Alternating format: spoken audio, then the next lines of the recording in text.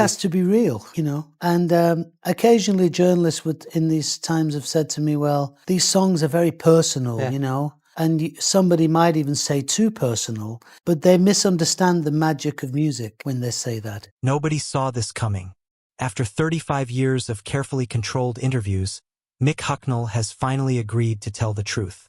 In a series of private recordings leaked just hours ago, the Simply Red frontman says the smiling, soulful star the world fell in love with was a carefully manufactured illusion. He claims his biggest hits were built on secrets, betrayal, and moments he's never spoken about publicly. The people closest to him tried to bury the tapes. Tonight, with nothing left to lose, Hucknall says the time has come to expose everything. But what those recordings reveal will change the way you hear his music forever. Before Mick Hucknall was the velvet-voiced frontman selling out arenas across Europe, before the red hair became iconic, before the fame and the women and the controversies that would follow him for decades, he was just a boy in Manchester who didn't know where he belonged. Born on June 8, 1960, in Denton, a working-class suburb just east of Manchester, Mick's life was shaped by loss before he was even old enough to understand it. When he was just 3 years old, his mother, Maureen, walked out of the family home and never came back. No dramatic farewell. No explanation that a toddler could process. Just an absence where a mother should have been. His father, Reg, a barber by trade, raised him alone, doing what he could with what he had. It wasn't a childhood of luxury or comfort. It was survival, stitched together by working-class resilience and the kind of quiet pain that doesn't announce itself but never fully goes away. That wound, as we'll come to understand throughout this story, never healed. It simply changed shape. What Mick found in music was the one thing Denton couldn't take from him. A voice. Literally and figuratively.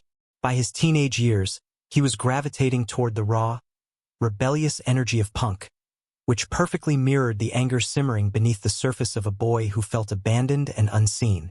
In the late 1970s, he formed the Frantic Elevators, a post-punk band that never quite broke through commercially but gave Mick something invaluable: a stage.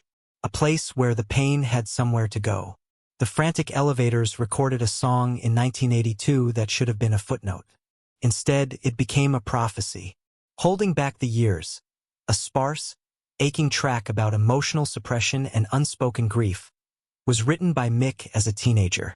At the time, almost nobody heard it, but the song was quietly waiting for its moment, just like its author.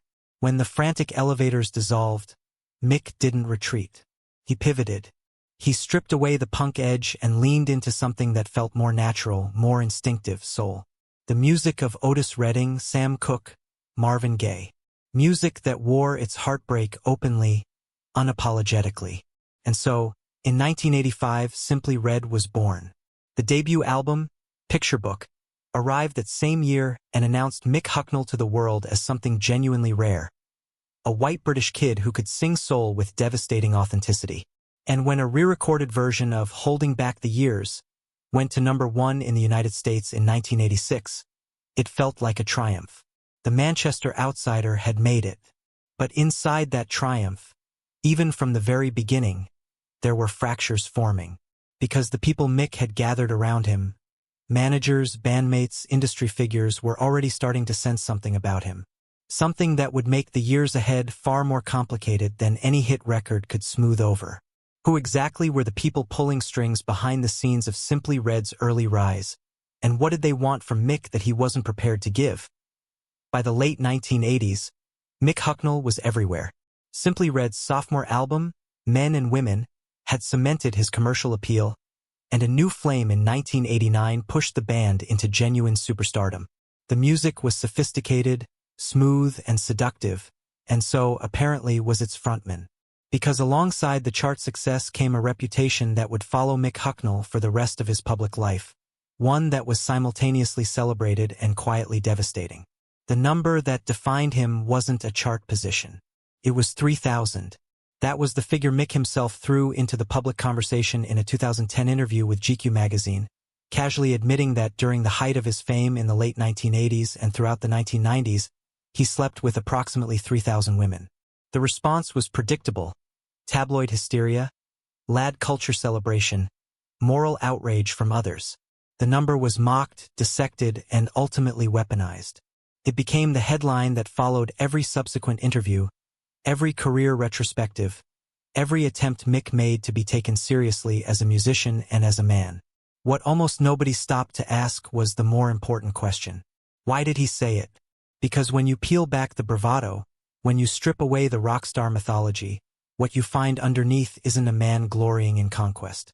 You find someone doing exactly what he had been doing since he was 3 years old, standing in a Manchester house with an empty space where his mother used to be. You find a man searching for something he couldn't name. Validation, warmth, the feeling, however fleeting, of being chosen. People who were close to Mick during that period have described a very different private reality from the one the tabloids celebrated. Yes, the excess was real. Yes, the lifestyle was real. But so was the hollowness that followed. Friends and colleagues noted that Mick rarely seemed at peace, that the restlessness was constant, that no amount of success, commercial, personal, or otherwise, seemed to fill whatever gap was driving him forward at such a relentless, almost self-destructive pace. In later interviews, Mick himself began to quietly walk back the mythology. He described that period as one of deep emotional immaturity, a time when he genuinely didn't understand the difference between being desired and being loved. And for a man whose earliest and most formative experience of love was its sudden, unexplained withdrawal, that distinction wasn't just philosophical. It was the core wound around which his entire adult life had been orbiting. The Lothario image wasn't just a media construction, but it wasn't the full truth either. It was a mask, and Mick had worn it so long that even he had started to forget what was underneath. By the time Stars arrived in 1991, Simply Red was one of the biggest bands on the planet. But behind closed doors, the relationships within the band itself were beginning to fracture in ways that no amount of platinum records could paper over. The question is, who was really in control of Simply Red? And what happened when Mick decided he was done sharing that power with anyone? There is a version of the Simply Red story that the official press releases tell. A gifted frontman, a revolving cast of talented musicians, a string of beloved albums that soundtracked a generation. It's a clean narrative, a comfortable one. And like most comfortable narratives built around enormous amounts of money and ego, it leaves out almost everything that actually matters. Because the reality inside Simply Red was never clean. It was a pressure cooker. From the very beginning, Mick Hucknall operated with a level of creative and commercial intensity that most of his bandmates found exhausting. He wasn't just the vocalist, he was the songwriter, the brand, the decision-maker, and increasingly the sole authority on what Simply Red was and what it would become. Band members came and went with a regularity that raised eyebrows in the industry. Collaborators who were integral to the early sound found themselves quietly phased out, replaced, or simply not invited back for the next record cycle. Some left gracefully, others did not. The most significant flashpoint came in the mid-1990s, when Simply Red was at the absolute peak of its commercial power. Stars, released in 1991, had become one of the best-selling albums in British music history, spending a staggering 4 years on the UK charts and selling over 9 million copies worldwide. The pressure to follow it up was immense, and that pressure revealed something about Mick that the glossy magazine profiles had carefully avoided discussing. He was, by multiple accounts from former collaborators, extraordinarily difficult to work with. Former bandmates and producers from that era have described a studio environment where creative disagreement wasn't just discouraged, it was effectively penalized. Where Mick's instincts were treated as final, regardless of what anyone else brought to the table. Where the line between artistic vision and outright control had been erased entirely. One former member, speaking years later without naming names publicly, described the experience as working for Simply Red rather than in Simply Red, a distinction that says everything. The music industry noticed. Quietly, in the way the industry always operates, through whispered conversations at label dinners and festival green rooms, Mick Hucknall developed a reputation as someone who was brilliant but bruising. The kind of artist that executives admired from a distance but hesitated to get too close to. Deals that should have been straightforward became complicated. Partnerships that looked promising on paper dissolved before they began. Mick, for his part, has never fully apologized for this.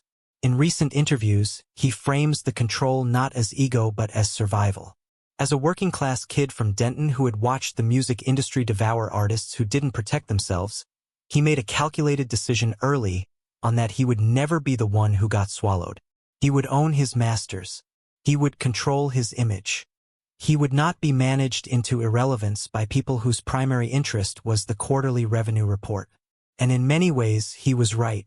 While his contemporaries signed away their futures to major labels and lost control of their catalogs entirely, Mick held on.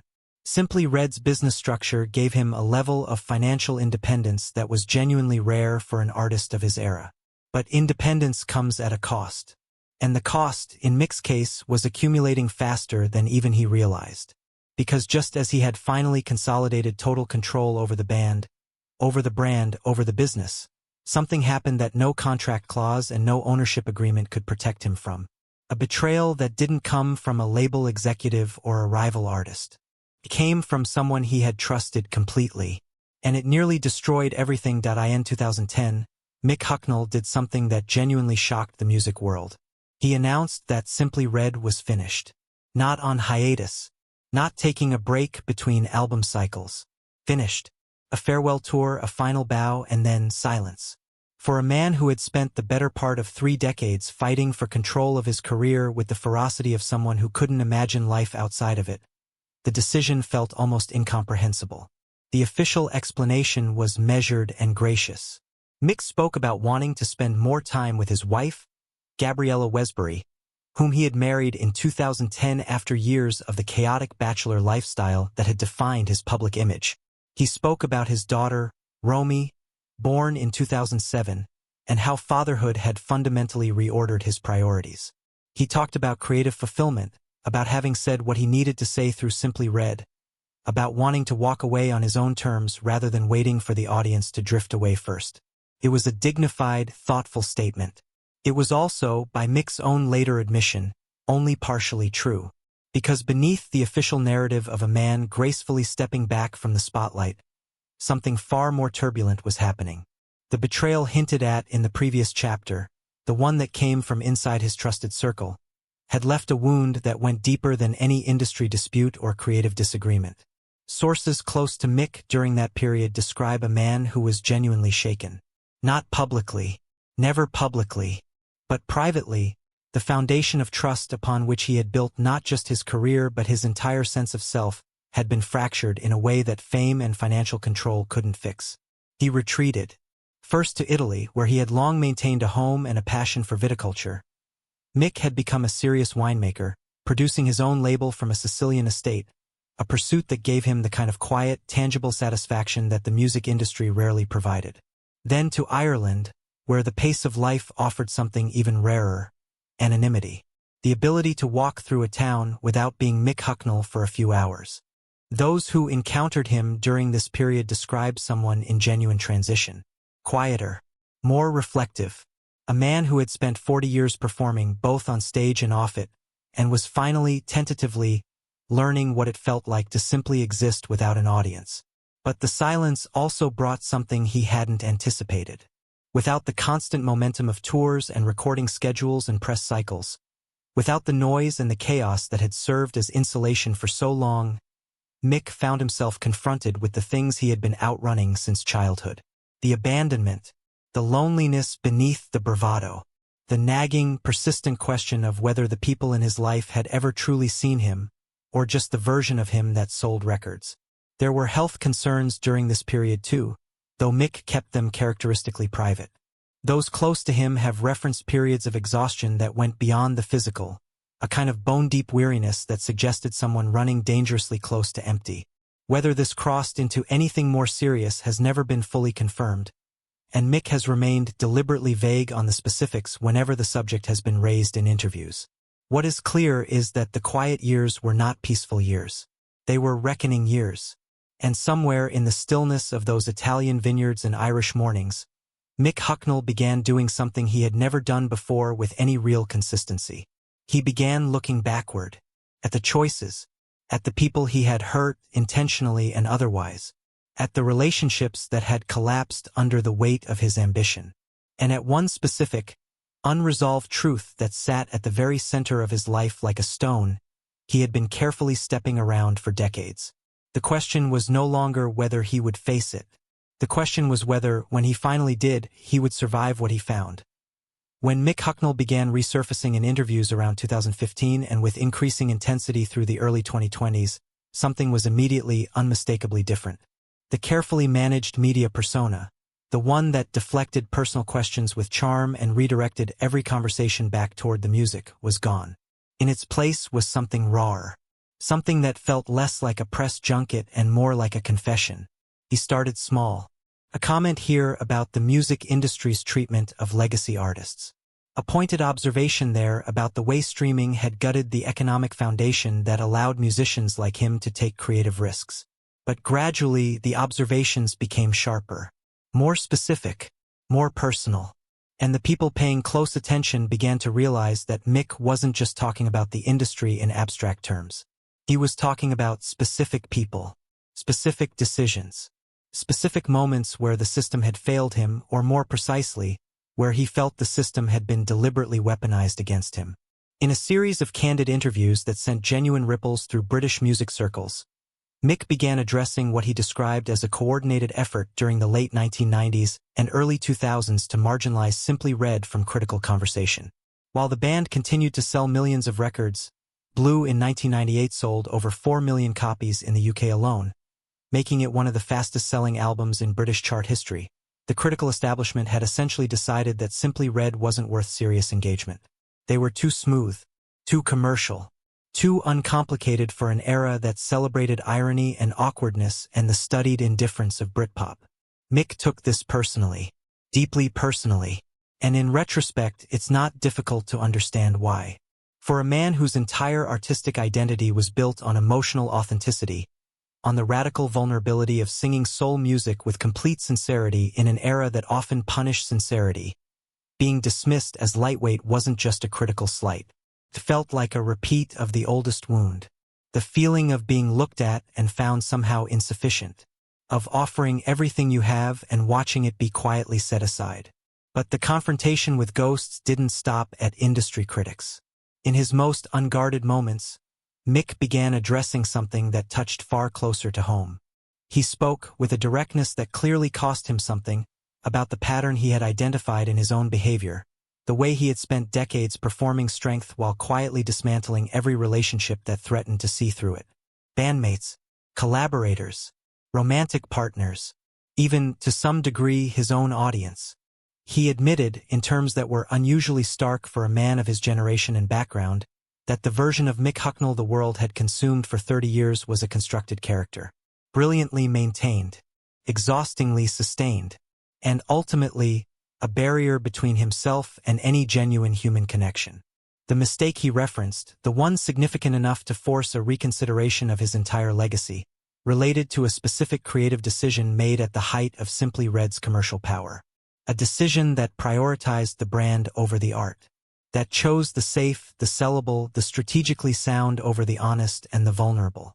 He hasn't named the specific album or moment outright, but those familiar with the Simply Red catalog have their theories, and they center on a period where the music shifted almost imperceptibly but unmistakably, becoming polished to the point of distance. Mick knows exactly when it happened, and he knows exactly why he let it. What he's still wrestling with, publicly, unusually bravely, is whether the audience deserved better. Whether the boy from Denton who wrote Holding Back the Years as a teenager, who poured unfiltered grief into 3 minutes of sparse, aching music, ever truly came back after the machinery of fame got hold of him. And if that boy is still in there somewhere, what does he have left to say? In 2015, Mick Hucknall did something that surprised almost everyone who had accepted the Simply Red farewell as final. He brought the band back. Not with a quiet announcement buried in a press release, but with the kind of deliberate, confident reemergence that signaled this wasn't nostalgia. This wasn't a greatest hits cash grab dressed up in sentimental language. This was a man who had spent 5 years in the silence, done the reckoning, and decided he had unfinished business. The comeback album, Big Love, arrived that same year and was received with the kind of warmth that only comes when an audience genuinely missed something. Not the spectacle, Not the chart positions. But the thing underneath all of it, the voice, the emotional directness, the sense that Mick Hucknall meant every single syllable he sang. Critics who had spent 2 decades casually dismissing Simply Red as easy-listening furniture found themselves in the slightly uncomfortable position of having to acknowledge that the music held up. That it had always held up. That perhaps the dismissal said more about the dismissers than it ever did about the work. Mick absorbed the renewed appreciation with characteristic ambivalence. He was grateful for it. He was also quietly furious that it had taken this long. Because one of the most consistent themes running through his recent interviews is the question of respect. Specifically, the lack of it that British institutions have historically extended toward artists who operate outside the boundaries of what's considered critically acceptable. Mick has pointed, with increasing bluntness, to the way the Brit Awards, the Mercury Prize, and the broader music press constructed a hierarchy during the 1990s that elevated certain sounds and certain attitudes while systematically excluding others. Simply Red, despite its extraordinary commercial reach and its genuine musical craftsmanship, existed largely outside that hierarchy, celebrated by audiences, ignored by gatekeepers. He's described this dynamic in recent interviews as cultural snobbery with a class dimension, the suggestion that music made for ordinary people, music that prioritized emotional accessibility over intellectual complexity, was somehow less worthy of serious consideration.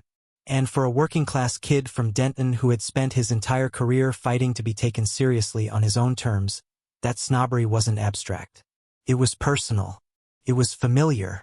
It rhymed uncomfortably with every other moment in his life where he had been looked at and found somehow not quite enough. His views on the current state of the music industry are equally unsparing. In a landscape dominated by algorithm-driven playlists, artificially manufactured viral moments, and artists who are as much content creators as musicians, Mick has been vocal about what he sees as a catastrophic loss of depth. He's described the streaming model as creatively corrosive, rewarding brevity and surface over the kind of sustained emotional journey that an album, a real album with architecture and intention, can provide. He speaks about it with the sadness of someone watching a craft he loves being slowly, cheerfully dismantled by people who never understood what it was for in the first place. And yet, paradoxically, Mick's music has found a new generation of listeners through the very platforms he distrusts. Simply Red tracks have accumulated hundreds of millions of streams. Stars soundtracks wedding playlists and late-night drives and those specific 3 a.m. moments when people need music that doesn't flinch from feeling something. The algorithm, for all its cold indifference to artistic intention, has delivered Mick Hucknall to ears that were decades away from being born when Picture Book first appeared. He finds this both gratifying and somewhat bewildering.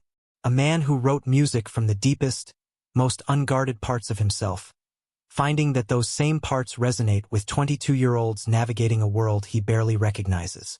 But even in this period of genuine renewal, the sold-out tours, the critical reassessment, the unexpected digital afterlife of his catalog, there is one conversation Mick consistently, deliberately, almost architecturally avoids. One name that never surfaces in his interviews. One relationship from his past that he circles around with the careful precision of someone who knows exactly where the edge is and has no intention of going near it. Those closest to him know who it is. Some have speculated publicly. And the reason for the silence, when you finally understand it, isn't what anyone expected. So here we are. After everything, after the abandoned childhood and the punk stages of Manchester, after the soul revolution and the platinum records and the 3,000 women and the industry battles and the silent years and the careful, painful reckoning with who he actually is beneath all of it, what is the final verdict on Mick Hucknall? The honest answer is that it depends entirely on which version of the story you choose to believe. If you accept the tabloid version, you get a talented but difficult man whose ego consumed his relationships and whose reputation for excess overshadowed his genuine musical gifts. A cautionary tale about what fame does to people who were already fractured before it found them. Someone who spent decades taking more than he gave and is now, in his 60s, attempting a kind of public rehabilitation that comes a little too late and rings a little too convenient. If you accept the industry version, you get something more nuanced but equally complicated. A visionary who was also a tyrant. An artist of genuine distinction who undermined his own legacy through the relentless pursuit of control. Someone who was right about almost everything structurally, The importance of owning your masters, the corrosive nature of label dependency, the long game of artistic survival, but who paid for that rightness in human collateral that can't be recouped by a comeback album or a candid interview. And if you accept Mick's own version, the one he has been painstakingly, courageously constructing in public over the past several years, you get something far more complicated and far more human than either of those narratives. You get a boy who lost his mother before he could form a memory of her face, who spent 40 years building an empire of sound and sensation to fill a silence that no amount of success could touch, who made choices he regrets and choices he stands by, often simultaneously, and who has arrived at his 60s with enough self-awareness to know the difference between the two. The impact of his recent honesty on his fanbase has been profound and revealing. The audiences who have followed Simply Red for 30, 40 years didn't need Mick to be perfect. They needed him to be real. And in finally dropping the constructed persona, the untouchable Lothario, the imperious bandleader, the man who needed nothing from anyone, he has given them something more valuable than any new recording. He has given them the confirmation that the emotion they heard in the music was never manufactured, that it came from somewhere genuinely devastating and genuinely true. But here is the thing about Mick Hucknall's story that no interview has fully resolved, that no comeback tour or critical reassessment or moment of public vulnerability has yet addressed. The song that started everything, Holding Back the Years, was written by a teenager about suppression, about the act of keeping something enormous locked inside because the alternative feels too dangerous, about the cost of never letting what you truly feel reach the surface. Mick Hucknall has spent a lifetime singing that song to millions of people, and only now, in the final chapter of his public life, is it becoming clear that he wasn't just performing it. He was living it. Every interview, every controversy, every carefully managed revelation and every conspicuous silence, they were all, in their own way, a continuation of the same act. The act of a man holding back the one thing he never quite found the courage to say out loud. The one truth that sits beneath every other truth he has offered. The answer to the question that has haunted him since he was 3 years old in a house in Denton, wondering why the person who was supposed to stay had chosen to leave. Whether Mick Hucknall ever fully answers that question, publicly or privately, remains to be seen. What is certain is that the music he made while carrying it is extraordinary, that it reached people in their own private silences and told them they weren't alone in feeling what they felt, that a boy from Manchester who had every reason to shut down instead chose, again and again, to open his mouth and sing. That, in the end, might be the only verdict that matters. But there is still one thing he hasn't told us. One name he won't speak. One discovery buried in old records that reframes the song, the man, and the myth entirely. And when it finally comes to light, nothing about the story of Mick Hucknall will look quite the same again. Mick Hucknall has spent 40 years chasing a feeling that fame could never provide. And while he's finally set the record straight on his career and his critics, one haunting mystery remains. In his most recent, unfiltered interview, he hinted at a final revelation regarding the mother who left him. A discovery that changes the meaning of his most famous song, Holding Back the Years, forever. What did he find in those old records? And is it the real reason he's finally ready to say goodbye for good?